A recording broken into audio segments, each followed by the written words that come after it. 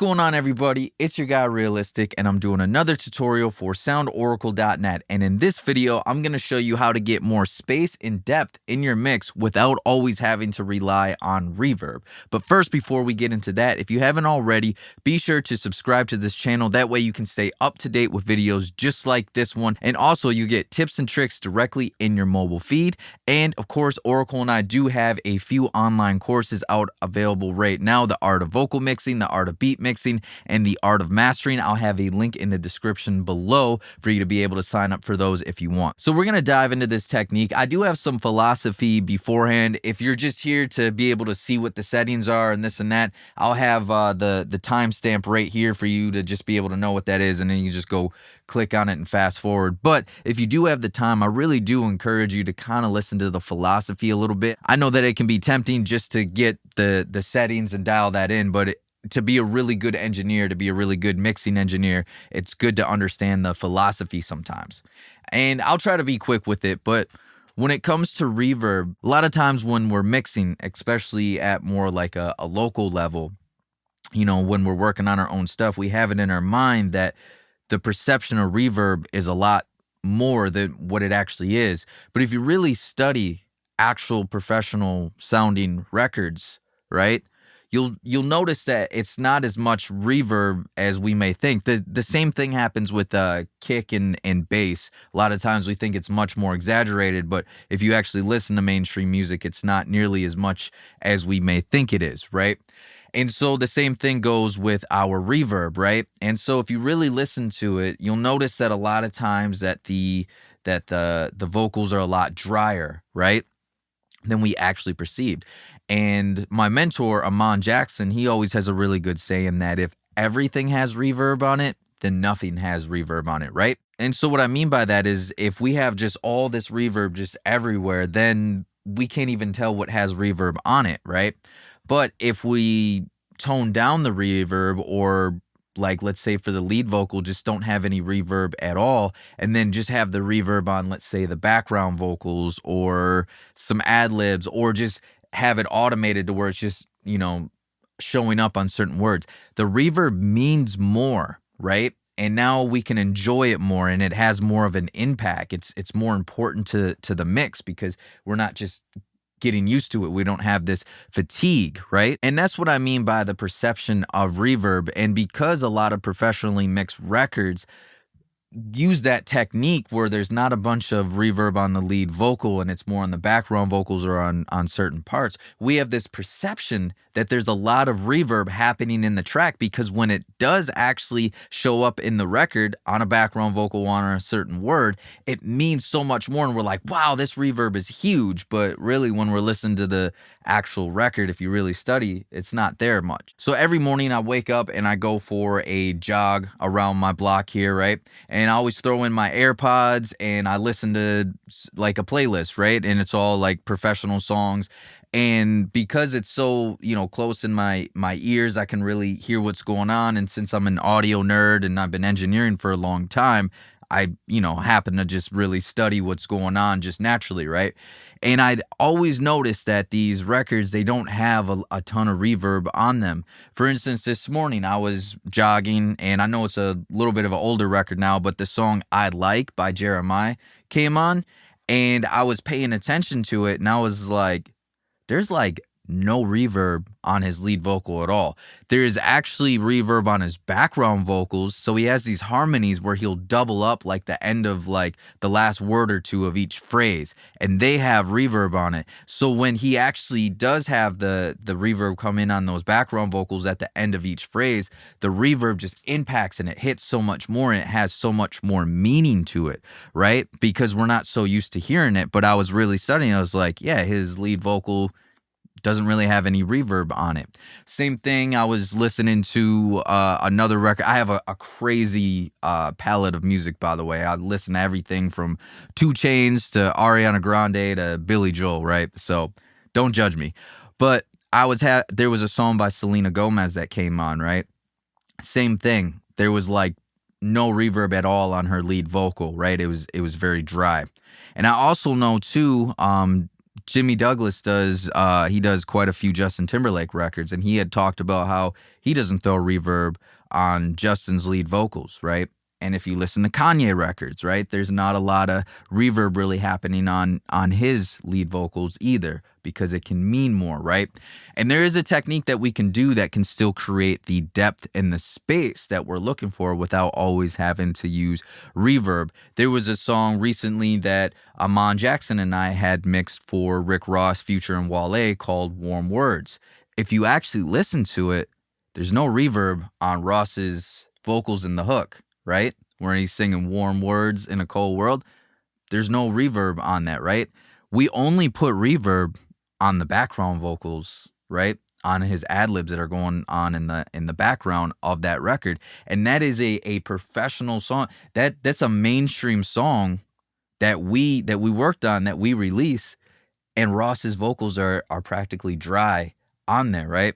But it's the perception of the reverb that makes us think that there's reverb on it, because his lead vocals in the chorus doesn't have any reverb on it. It's the background vocals that do. And so we hear the reverb on the background vocals so much more, so we assume that there's all this reverb. So I'm going to show you a few techniques here, right? So let's actually dive in. If you were here just to see the settings and stuff, this is the moment that you've been waiting for. So what we like to do here is, I like to use, more than anything, I like to use slap delays more than I like to use reverbs on the lead vocal.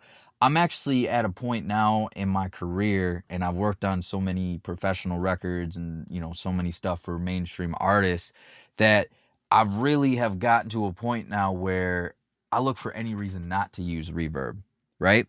I kind of look for an excuse to, like, no, I'm not going to use it at all. So here's a record here, right, that I did for Pharaoh. I wish that I could play some of these records like that we do for Ross and Future and all that, but because of copyright, YouTube will take this down instantly. But if you do want to see how we mix those records, AJ and I actually do have a online Zoom class every month that's live, and we actually do show you how we mix records for people like 2 Chainz and Young Thug, Future, Ross. We'll actually pull up the actual 2 Chainz session or the actual Rick Ross session, show you how you mixed it.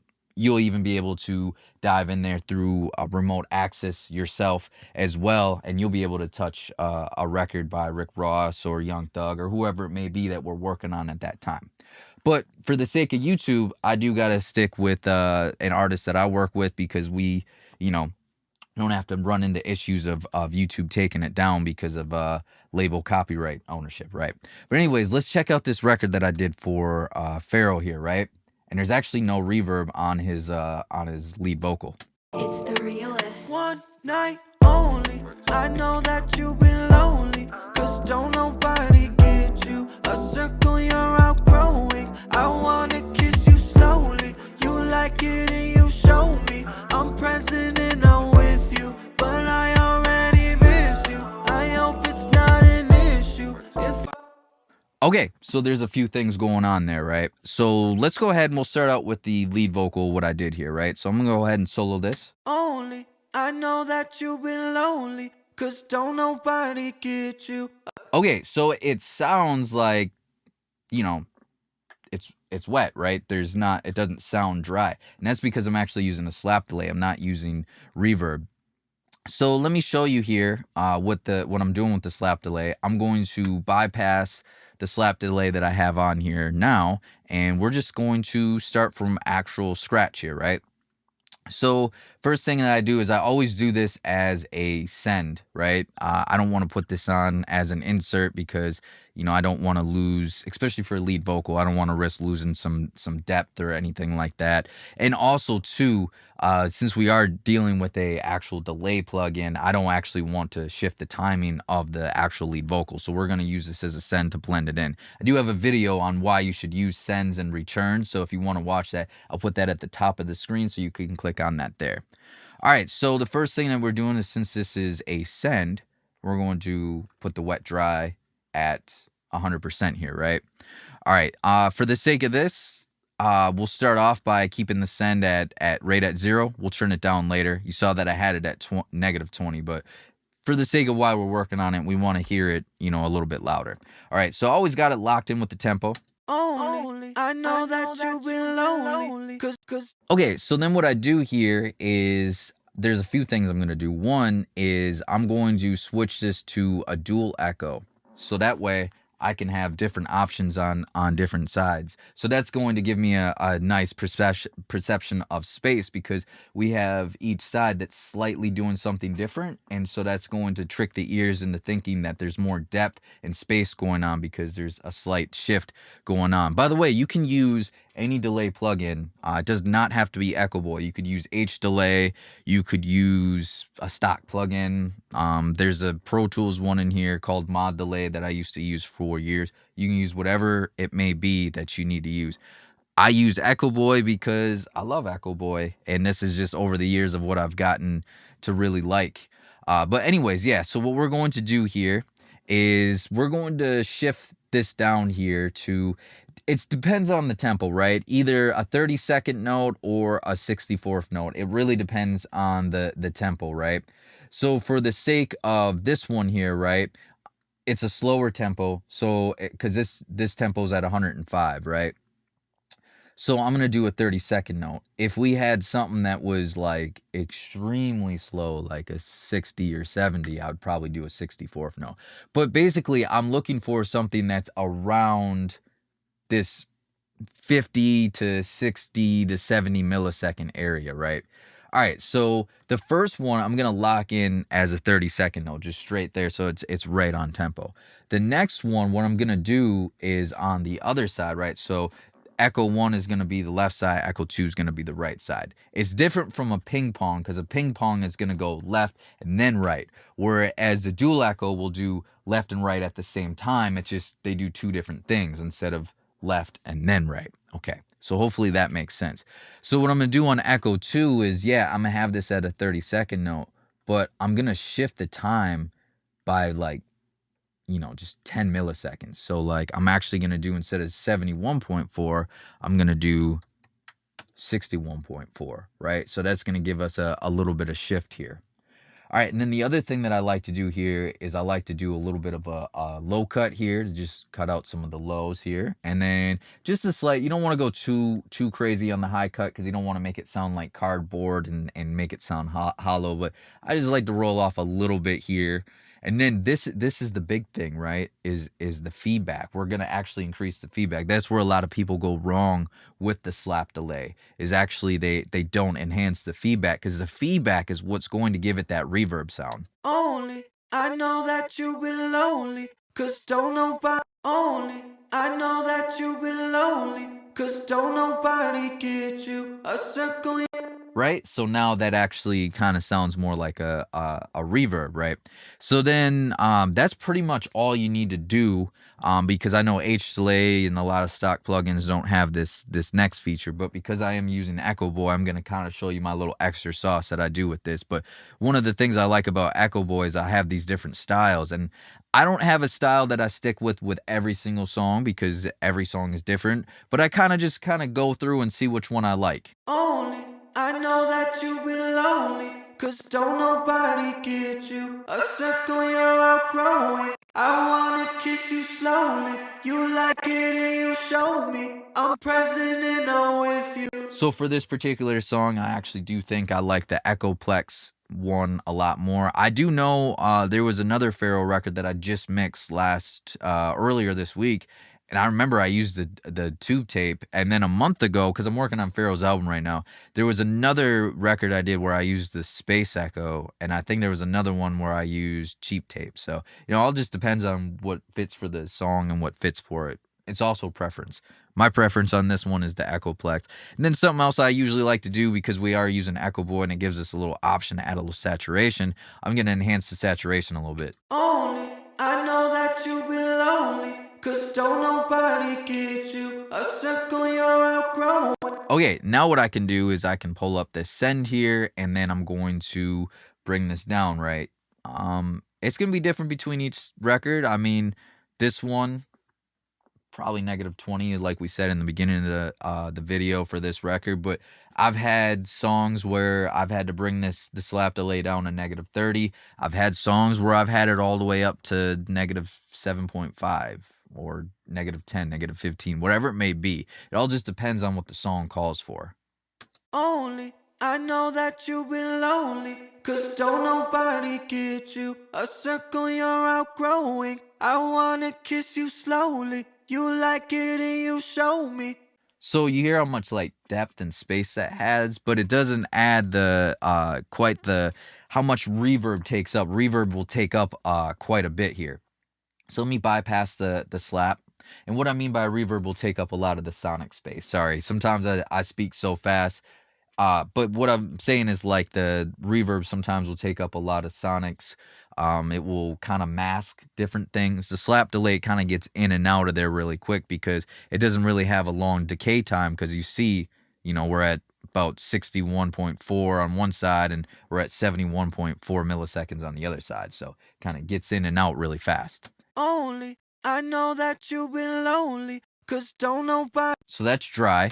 Only I know that you've been lonely, cause don't nobody get you.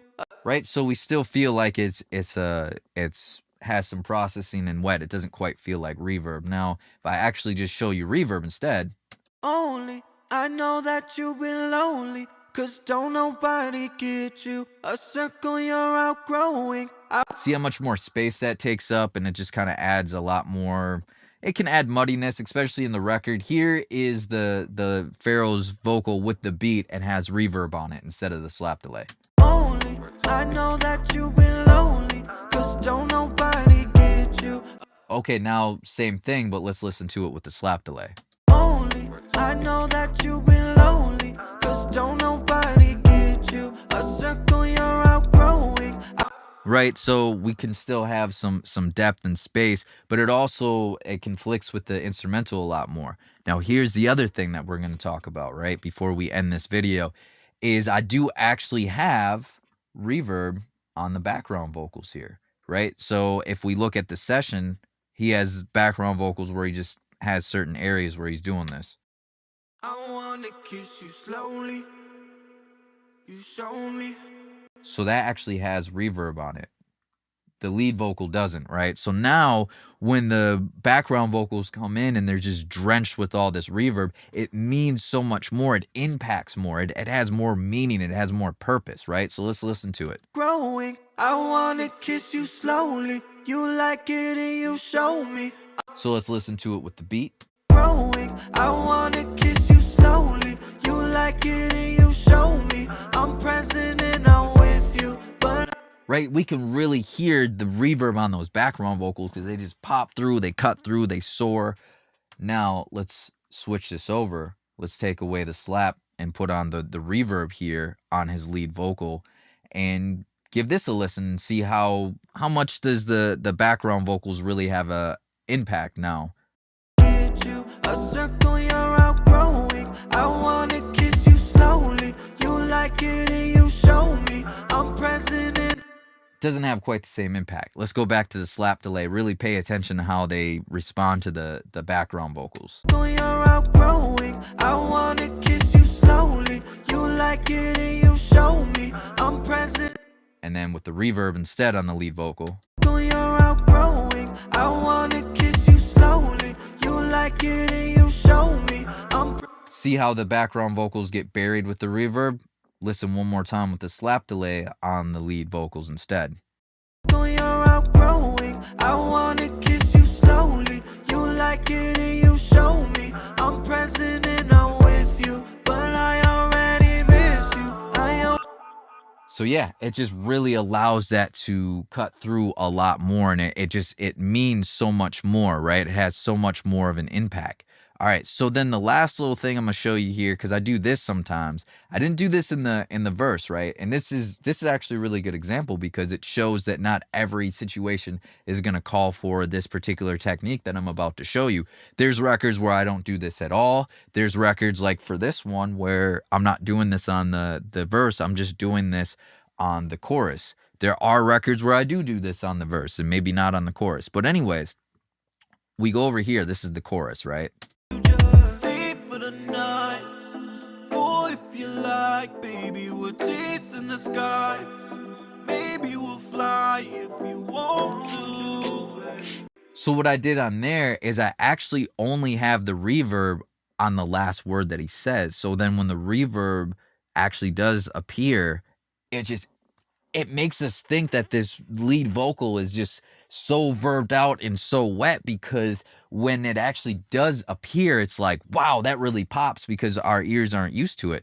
So let me go ahead. I'll just solo the lead vocal here, and let's actually give this a listen and hear what's happening here. Stay for the night. Go if you like, baby. We're chasing the sky. Maybe we'll fly if you want to. So we can actually hear it's just the last word that has the reverb on it. I still do have a slap delay on his lead vocal, and I mean, you know, it's about the same level that I had as the verse. It's like 1.8 difference. Not that much difference, but anyways, it's pretty much the same. But because that reverb is there, it hits and it impacts so much more. So let me play one more time so you can hear just the acapella. Stay for the night. Go if you like, baby. We're chasing the sky. Okay, now listen to it in the mix. Stay for the night. Go if you like, baby. We're chasing the sky. Maybe we'll fly if you want to, baby. It just, every time that word just comes in with the reverb, it means so much more, and we think that there's so much more reverb going on. Let me show you this. Let me just show you what it sounds like with reverb on the entire chorus, instead of it just being automated to be on certain words. Stay for the night. Go if you like, baby. We're chasing the sky. Maybe we'll fly if you want to, baby. So drunk and I want you. Okay, it doesn't quite hit the same. Let's go back to it just being automated though, with the slap delay on the lead vocal instead of verb. Stay for the night. Go if you like, baby. We're chasing the sky. Maybe. See how that just hits a lot more and has a lot more impact on it? I should show you this real quick too, because I'm realizing that for this particular one, I actually put Pan Man, which is an auto panner. I actually put that on the reverb of the chorus, so it's kind of swirling around. I normally don't do that, but on this particular record, I wanted to do that. So I should actually probably bypass the auto panner, because that might be distracting for the technique. I had threw that on there because, like I said, in the mornings, I always jog, and I listen to kind of upbeat music to kind of get me going. And one day, that song by, I think it is it Calvin Harris and Rihanna, "This Is What You Came For," came on, and I was listening to it as I was running, and I was noticing that the reverb had like an auto panner on there, and I was working on this particular mix throughout the week, so I was like, you know what? That's actually a really good idea, and I think that would fit for this record, so I put that on there. Anyways, let me take off the auto panner, because that might be distracting to you if you're watching it, this tutorial. So here it is without the auto panner. Stay for the night. Go if you like, baby. We're chasing the sky. Maybe we'll fly if you want to. Okay, now here it is in the mix. Stay for the night. Go if you like, baby. We're chasing the sky. Maybe we'll fly if you want to, baby. Okay, and now let's listen one more time with the reverb being on the entire vocal instead of on just certain words. No slap delay either. Stay for the night. Go if you like, baby. We're chasing the sky. Maybe we'll fly if you want to. And let's compare again to the reverb just being on certain words. Stay for the night. Go if you like, baby. We're chasing the sky. Maybe we'll fly if you want to, baby. So drunk and I want you, baby. Want you, baby. Right? so now that we can kind of hear that, we can really see that the reverb just has more meaning. Because like I was saying earlier, that AJ always has told me is that if everything has reverb on it, then nothing has reverb on it. But now when we do a technique more like this, when the reverb does come in, it has more purpose, it has more meaning, it hits more, it also evokes more emotion. It really can, kind of bring that emotion out of your listener, because it's like, ooh, that was nice, that was just kind of came in. The reverb feels more sparkly, it's just much more enjoyable to listen to. So anyways, hopefully that helped it out, and hopefully you got the technique, but hopefully you were also able to sit back and really listen to the philosophy. I know it's kind of long-winded, but the thing is if you really want to get good at mixing, and you really want to make a long career out of this, you really do got to understand why things work. It's not always so much how things work. That's good to know too, obviously, but it's really good to know why things work. Why does it make more sense? So that's why in these tutorials, I try to give more of the philosophy and the meaning behind it. I know it makes the tutorials longer, and I also know that that does affect our views, and it affects the algorithm. We don't get quite the same amount of plays as the guy that's like, hey, learn how to make your mix super awesome in 5 easy steps in under 2 minutes. I get it. That's the sexy title, and people are going to want to watch that more. But none of those tutorials are really actually going to make somebody a great engineer that works on the type of records that AJ and I actually get to work on. And a part of the reasons why we get to work on records for people like Ross and Future and The Game and Tory Lanez and all of that is because, we take our time with this. We're not always just looking for the quick, easy way. But anyways, if you did find this video helpful, do hit that like button, because that actually does go a long way to help this channel grow, because it tells YouTube that you like the video, and maybe other people might like the video as well. So if you could hit that like button, I would appreciate that. Also, like I said before, be sure to hit that subscribe button so you can have videos just like this one show up in your timeline, and you'll get tips and tricks directly into your mobile feed. Also, Oracle and I do have those online courses if you want to sign up for those: the art of mastering, the art of vocal mixing, and the art of beat mixing. The link will be in the description below for all of that. And also, if you do want to see any of our online classes that Amon Jackson and I do each month, it's a live Zoom class, and we'll pull up records of, famous sessions that we've done for people like, Young Thug and Ross and 2 Chainz and all that. Pull those up, show you how we mix those, and we'll also let you mix a little bit too via remote access. We'll hand the session over to you. You can be able to mix the session and learn with us. I'll have the link in the description below if you do want to sign up for any of those classes. Until next time. Hey, thanks for watching. Be sure to subscribe to our channel right here so you can stay up to date with our latest videos on mixing, mastering, and production. You can also check out some of our suggested videos here, here, and here. And of course, if you're looking for premium loops and samples, we got the best on the market. You can check out soundoracle.net. We got plenty to choose from.